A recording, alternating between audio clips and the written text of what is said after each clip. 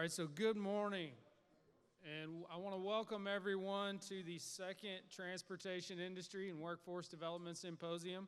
My name is Royce Floyd, and I'm an associate professor here at OU and the associate director of the Southern Plains Transportation Center.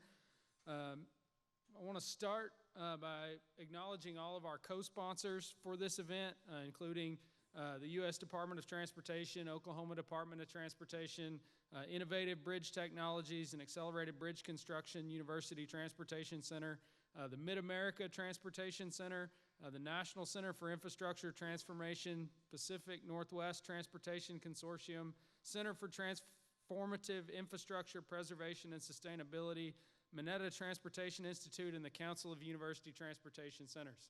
All right, that's a lot of words in a short time, but I want to really acknowledge that this is a partnership between a number of different entities, bringing everybody together to talk about workforce development.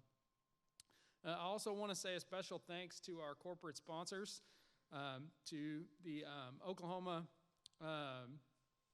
Asphalt Pavement Association specifically for sponsoring breakfast this morning, but also to the American Concrete Pavement Association, Oklahoma and Arkansas chapter, Standard Engineering, Terracon, GeoCal, and OAPA as well for helping to make this event a success.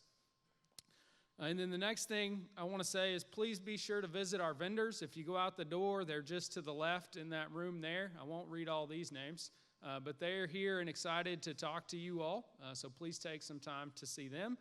Please also take some time to step to the right as you go out the door to interact with our student posters and our poster presenters.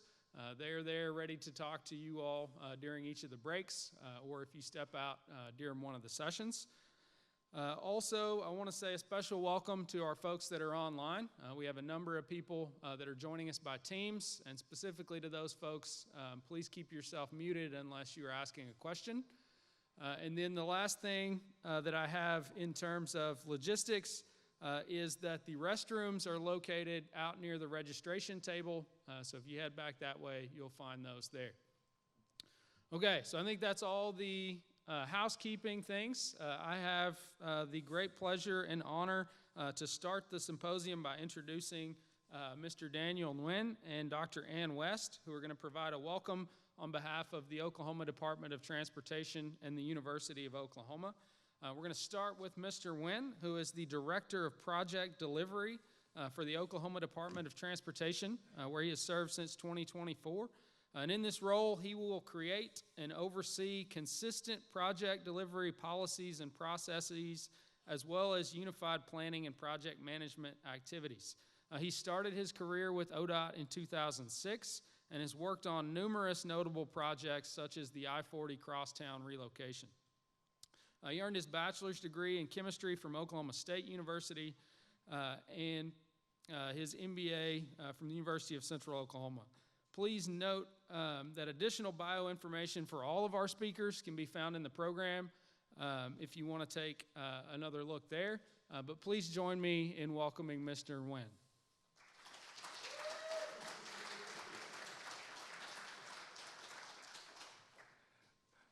Dr. Floyd, thank you very much. Really appreciate that. Well, good morning, everybody. It's great to see BT here especially, one of my favorite people in the whole entire world.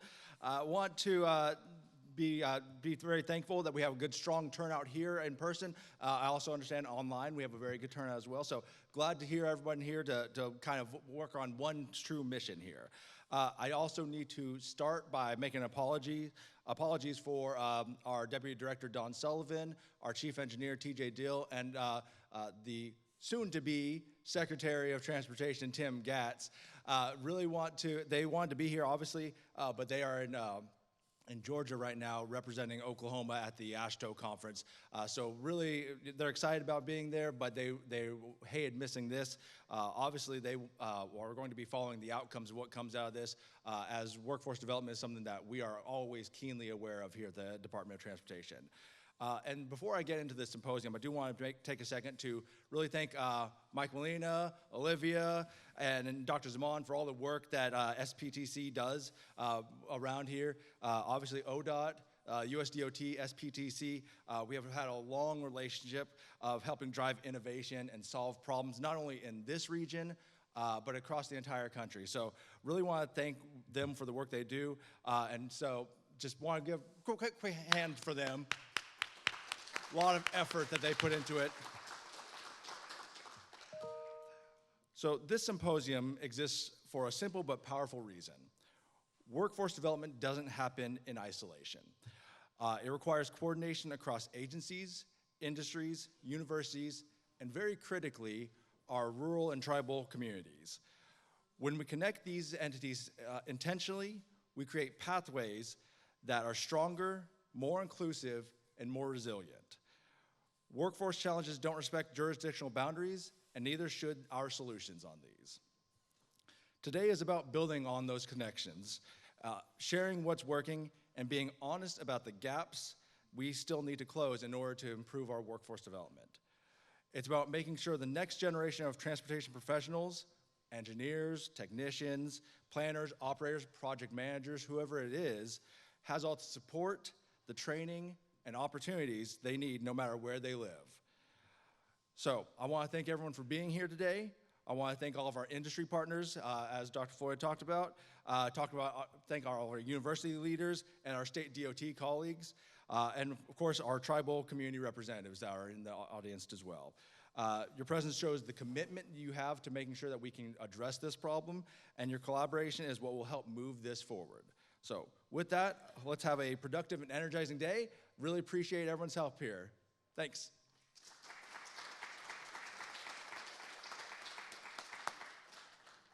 Thank you, Daniel. Our next speaker is Dr. Ann West. Dr. West is the Associate Vice President of Research Development, the Grace B. Kerr Centennial Chair in the Department of Chemistry and Biochemistry, and is the Director of an NIH-funded Center of Biomedical Research Excellence in Structural Biology.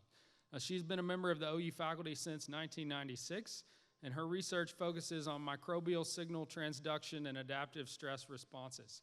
She holds a BA degree in biology from Wesleyan University and a PhD in genetics from Yale University. Please join me in welcoming Dr. West.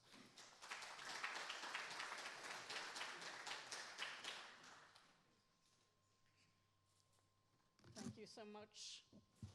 Good morning, everyone. I want to say on behalf of the Office of the Vice President for Research and Partnerships, I would like to welcome all of you to the Transportation Industry and Workforce Development Symposium today, hosted by the University of Oklahoma and the Southern Plains Transportation Center. I'm going to be saying SPTC from now on, and I'm sure you all know that acronym. To our distinguished guests from the state of Oklahoma DOT and the United States DOT, I want to affirm to you that the VPRP office is so strongly supportive of both the symposium as well as the outstanding work carried out by the SPTC consortium. In fact, about 10 years ago, Musharraf, you may remember, I served on the SPTC steering committee during its first round of funding, and so I'm so pleased to see all of the amazing progress that has been made since that time. What a great program you guys have in front of you for the rest of the day. I can see that this symposium brings together government, industry, university, and tribal leaders to identify challenges and hopefully potential solutions to workforce needs in the region. With a significant shortage, as we all know, of a trained workforce in transportation, there's an obvious and urgent need to come up with these innovative ideas and implement these ideas into tangible solutions. I also see that this event provides a platform for students to present their work through poster competition and panel discussions and networking with potential employers in the government and private sectors. Likewise, it provides opportunity for the government and private sector employers to influence our students towards potential careers in transportation industry. So SPTC's research focus on durability of transportation infrastructure and safety challenges due to weather extremes are strongly connected with OU's strategic focus areas and strengths in weather, resiliency, and sustainability. Some of you may have felt that last night with the storms.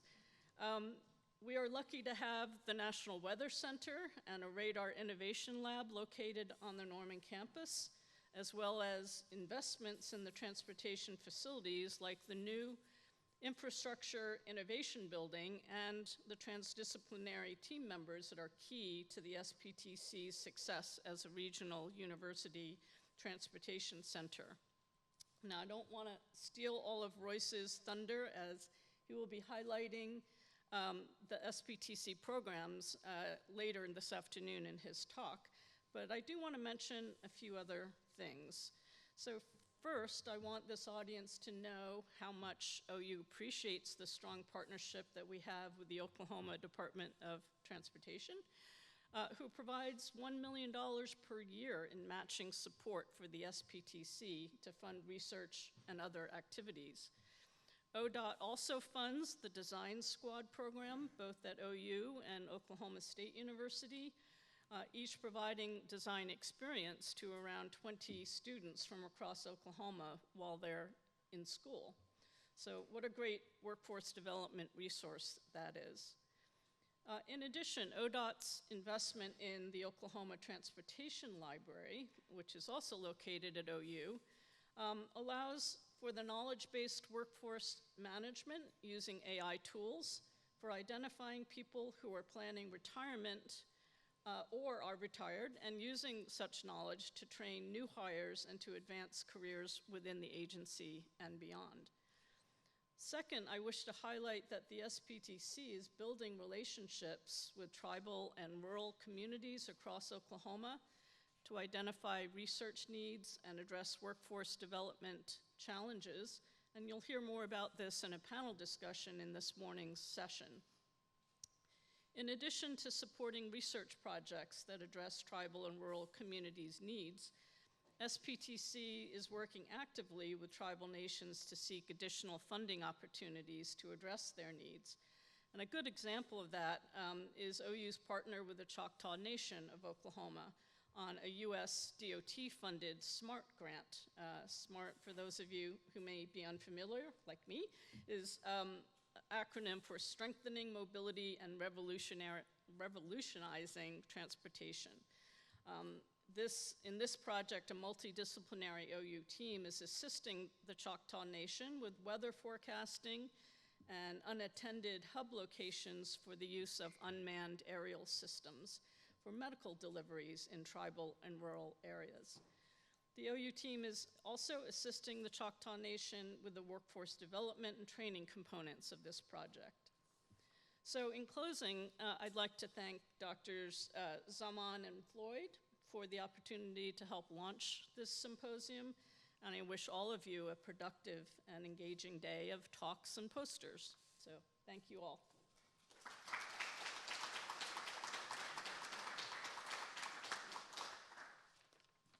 Thank you, Dr. West. All right, so part of this symposium is interaction from the audience, and we will take just a second to see if anybody has any questions for our introductory speakers.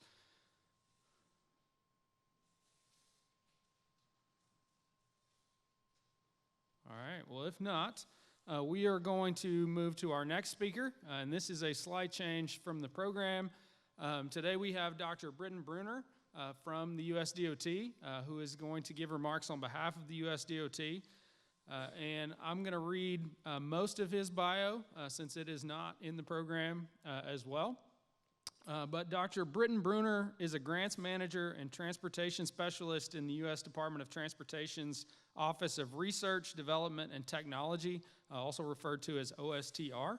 He supports the strategic execution and oversight of the University Transportation Center's program, which is a nationwide research and education enterprise spanning over 170 universities. His work focuses on advancing program integrity, strengthening operational effectiveness, and ensuring that federal investments in transportation research, workforce development, and innovation are implemented in alignment with statutory and policy requirements.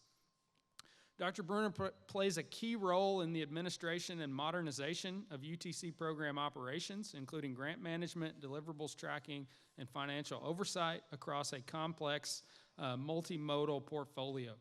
He has developed and implemented data-driven processes and analytical tools to improve transparency, accountability, and decision-making, supporting the effective stewardship of over $100 million in annual research investments. His efforts emphasize structured review, risk awareness, and the integration of technology to enhance program performance. Prior to joining OSTR, Dr. Bruner served as the Pipeline and Hazardous Materials Safety Administration, where he held roles as a chemist and research and development manager. His work centered on hazardous materials classification, regulatory interpretation, and applied research to support the safe transportation of dangerous goods. He contributed to national and international regulatory frameworks, including the U.S. Hazardous Materials Regulations in alignment with the United Nations Model Regulations. Dr. Bruner's career reflects a multidisciplinary foundation in chemistry, safety, and transportation systems, with a focus on translating scientific research into practical policy-aligned outcomes. He brings a system-level perspective to federal research and development programs, emphasizing scientific integrity, operational clarity, and measurable impacts across the transportation sciences. Dr. Bruner holds a PhD in inorganic chemistry from Baylor University, and please join me in welcoming Dr. Britton Bruner. Thank you, Dr. Molina. Before I begin, I've got to acknowledge it's not every day I get to follow a couple of other fellow chemists in a transportation setting. So it's thank you, that's awesome. It's a good reminder that transportation challenges don't belong to just one discipline.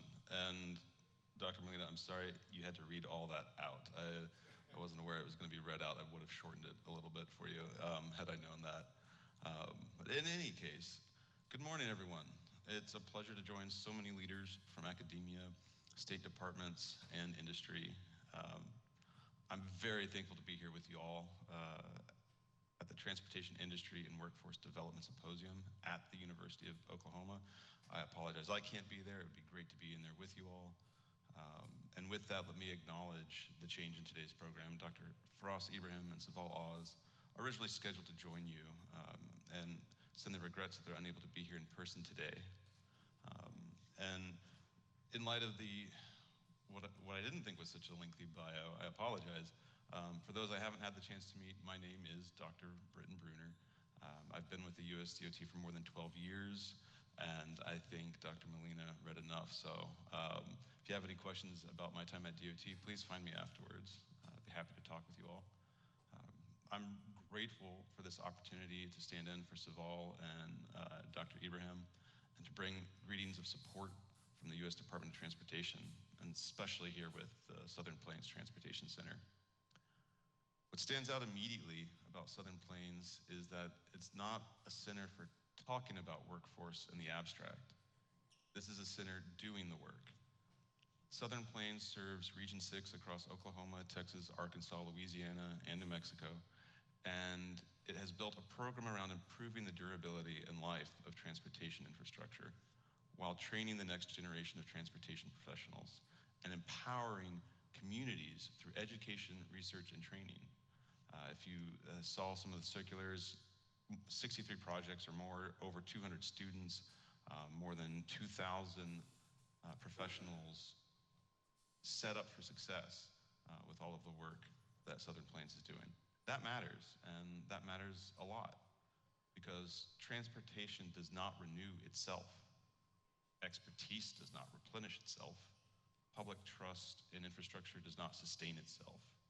All of those things require deliberate investment, deliberate training, and deliberate partnership. That's why the USDOT is so proud to support the University Transportation Centers program, and why support for Southern Plains is so important. Centers like this create a bridge between research and implementation, between the classroom and the job site, between emerging ideas and public benefits. And it's important, it's just as important that Southern Plains is clearly investing in people. And you can see that in today's agenda, in the student research presentations, the bridge design capstone work, the Transportation Pathways Alliance, and the internship programs. And don't forget the undergraduate and graduate research support across the consortium. It's exactly the kind of pipeline we need, because the transportation sector is facing a very real workforce challenge. And in some areas, it's becoming urgent. We need more transportation specialists, we need more engineers, we need more researchers, and we need more practitioners. All who not only understand traditional infrastructure, but also the new technologies becoming essential to safety, resilience, and performance. And I want to be very direct about this on two particular areas: bridges and digital infrastructure. There's a serious need for new transportation specialists who understand bridge materials, bridge sensing technologies, bridge safety, and bridge redundancy. We need people working on next generation materials that make structures stronger, longer lasting, and more resilient. We need people who understand how sensors and condition assessment tools can move us from reactive maintenance to earlier detection and smarter intervention. We need people who can think deeply about bridge safety, not just in design, but also in monitoring, inspection, maintenance, and system level risk. And we need people who understand redundancy, because resilience is not abstract. When a structure is under stress, aging or overloaded, or facing extreme weather, at the same time, we've got to continue moving forward with digital infrastructure, as the future of transportation will depend on not only physical strength, but also on data, communication, intelligence systems, and their integrity. This means building a workforce that understands how digital tools support monitoring, coordination, and responsive systems across regions. These are two reasons that the Southern Plains is so important right now. And I'll say this from a personal perspective as well. I'm from the region. Maybe you caught my y'all in the introductions earlier. And over the years, I've spent time across the region as well, from Socorro and El Paso, all the way over to West Memphis, down to New Orleans, up north to Tulsa, and back down to Brownsville. And when you see that range of land firsthand, you realize transportation here is not just one system, it's many systems. Different conditions, different risks, different needs. Whether it's prairie dogs out west in Midland and Odessa, or freezing rain in Oklahoma, or flooding plains and wetlands in East Texas and Louisiana. But the common thread is this: the work matters everywhere, and the need for capable people is constant. It's focus areas, novel materials, infrastructure condition assessment, life cycle and asset management, system-wide vulnerability and safety, and integration of natural hazards. These aren't side topics, these are core transportation challenges for this era. And the work here is not theoretical. You see research on sensor-based systems, monitoring infrastructure conditions in real time. You see work on vulnerable culverts, on resiliency, new material specifications. You see tools that improve access to decision-making and programs that bring students into transportation earlier than ever before. The combination is powerful. It means Southern Plains is not only producing research, it's producing readiness, it's producing talent, and it's producing translation from ideas to use. And from USDOT's perspective, this is exactly what we need from our university transportation centers. But I want to be clear about the role of regional UTCs like Southern Plains. Regional UTCs are essential. They ensure nationwide access to research, education, workforce development, and technology transfer. They address real-world, regionally specific challenges faced by state and local agencies while strengthening national impact. They bring together multiple universities, multiple states, multiple DOTs, and create a collaboration that would not otherwise exist. And together, the regional UTCs cover the entire United States with all 10 regions. They are also coordinating more closely than ever through regular engagement and ongoing collaboration across the centers, aligning their research priorities, workforce development, technology transfer, and shared best practices. All of this matters because transportation challenges are not isolated. They're shared, and they require shared solutions. because the challenges ahead will not be solved by one discipline alone. I mean, there's 3 chemists so far in today's agenda, and I wasn't even expecting that, so who knows what else there will be in the future.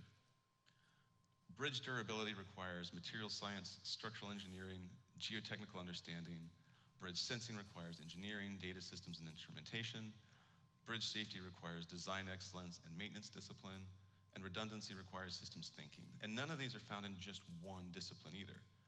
The ability to not only ask, does it work today, but does it hold for tomorrow, is going to take everybody's perspective.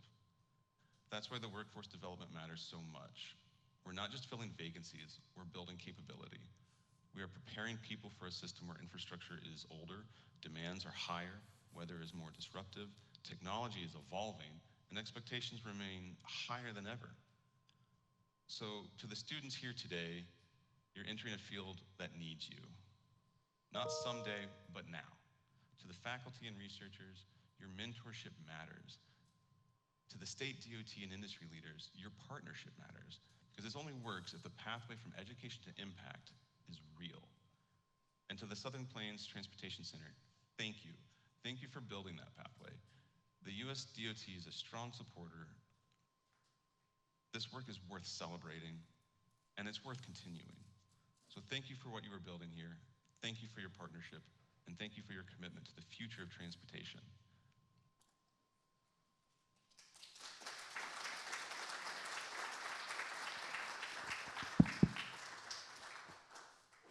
So we have some time for questions. Does anybody have any questions for Dr. Brunner? Dr. Zaman has the microphone and will come to you. So good morning, Brittany. It's good to see you virtually, and thank you so much for your remarks and making yourself available. So this is the second symposium that we are doing, and in 2024, last symposium we had Firas, we had Cesar Singh, and also Hamid, 3 of them, right? Yes. And as we are coming out of dinner, Hamid wanted to see tornado, seriously. And as we are driving from the restaurant to their hotel, we almost had one, very close. I'm not kidding, sincerely. And we almost had also one yesterday. There were a lot of very inclement weather. You are from this region, so you know Oklahoma is a perfect field, for extreme weather event, as Dr. West mentioned also. So I will make one more comment that the USDOT, OST are looking for real collaborations among the UTCs. And we are so thankful that in this particular event, we have number of regional centers, one national center, and couple of tier 1 center, stepping up to the plate to address these workforce development challenges and opportunities. So I would like to, on behalf of SPTC, I would like to thank my colleagues that actually traveled all the way, in order to actually do this. That's one of the panels we are going to have. So I just wanted to thank all of them. One question for you regarding, you already mentioned digital infrastructure. We hear that quite a bit, and you talked about bridge. Dr. Floyd himself works in this area. So if you could actually expand a little bit on the importance of digital infrastructure, because we are in a new era, and that's why our students need to be trained in those areas. And it's not given. It is up to us to be able to actually create the current generation and next generation. So that's, if you could amplify a little bit on your comment on digital infrastructure, and then after you answer that question, then I'll give the microphone to anyone else who would like to ask questions. So on digital infrastructure, what I see from my seat as a grant manager and transportation specialist is the rapid changing of access to technology and data, and how important it is to maintain that integrity of that information therein. And with the support of artificial intelligence up against the odds of some of the way things used to be done as well, the foundational understanding of what information and data out there, I think, is essential for the workforce development. To know how to do things the way they once were and also incorporate it into the future technologies. You'll find every so often there are generations that span this sort of digital gap, and you end up with one cohort that seems to excel at it. And I think we're kind of at that precipice where there's a new technology, and we're going to need another generation that can span everything from CSV files and Excel spreadsheets into all sorts of agent-based models that are running the calculations and statistics for us and keeping that information secure, reliable, and authentic. Now, how does that fit into the larger DOT? If you like, I can definitely get Saval and Faraz to provide a comment after as well. But I think with how much everything is just constantly changing and how much AI is going to be changing things even faster, it's obvious that there are a lot of opportunities, such as reinforcement learning even, and knowing how that works and how to support those systems. Before you even get to studying and analyzing and integrating with the actual infrastructure, what the information is capable of. I forget, maybe it was Richard Feynman talking about plenty of room at the bottom, right, where you open a new door and you can find a whole new space where things existed that we can use that we didn't know before. And with the availability of tools and materials, the way we can monitor infrastructure going forward, from computer vision to integrated sensors, I mean, it's huge. It's absolutely unfathomable what the possibilities are. Okay.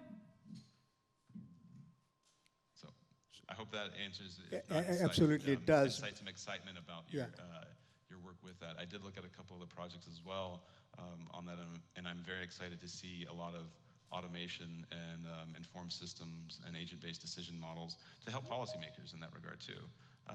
Because maybe even with the digital infrastructure, it's not the persons making the infrastructure, but the persons that are using it for those policy decisions, material selection, locations, things like that in response to different weather environments, and use needs, higher traffic versus lower traffic. Like, everything is data. How are we going to use it going forward now that we have immense computing powers to analyze and identify those meaningful patterns and make things better? It's a little too big for me to put into words. No, wonderful. I have one of our students would like to our future. You want to ask a question or?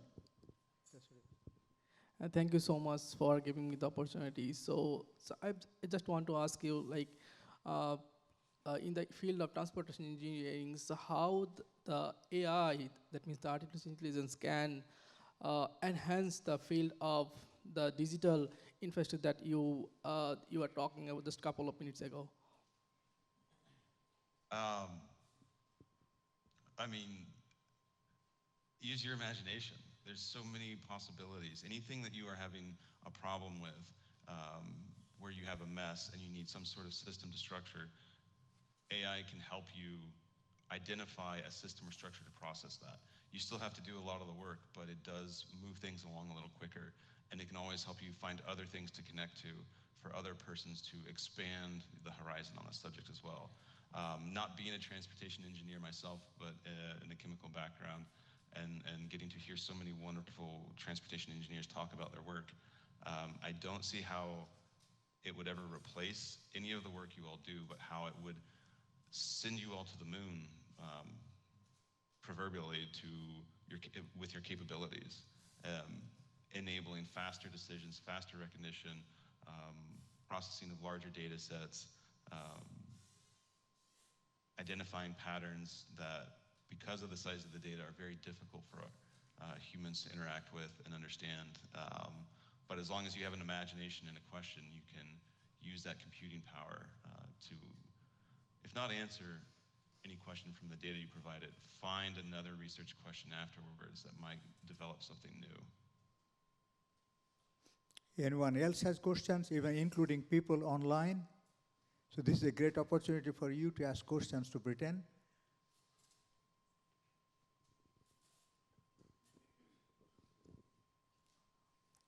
Well, if not, I think maybe let's give a round of applause to Britain for wonderful.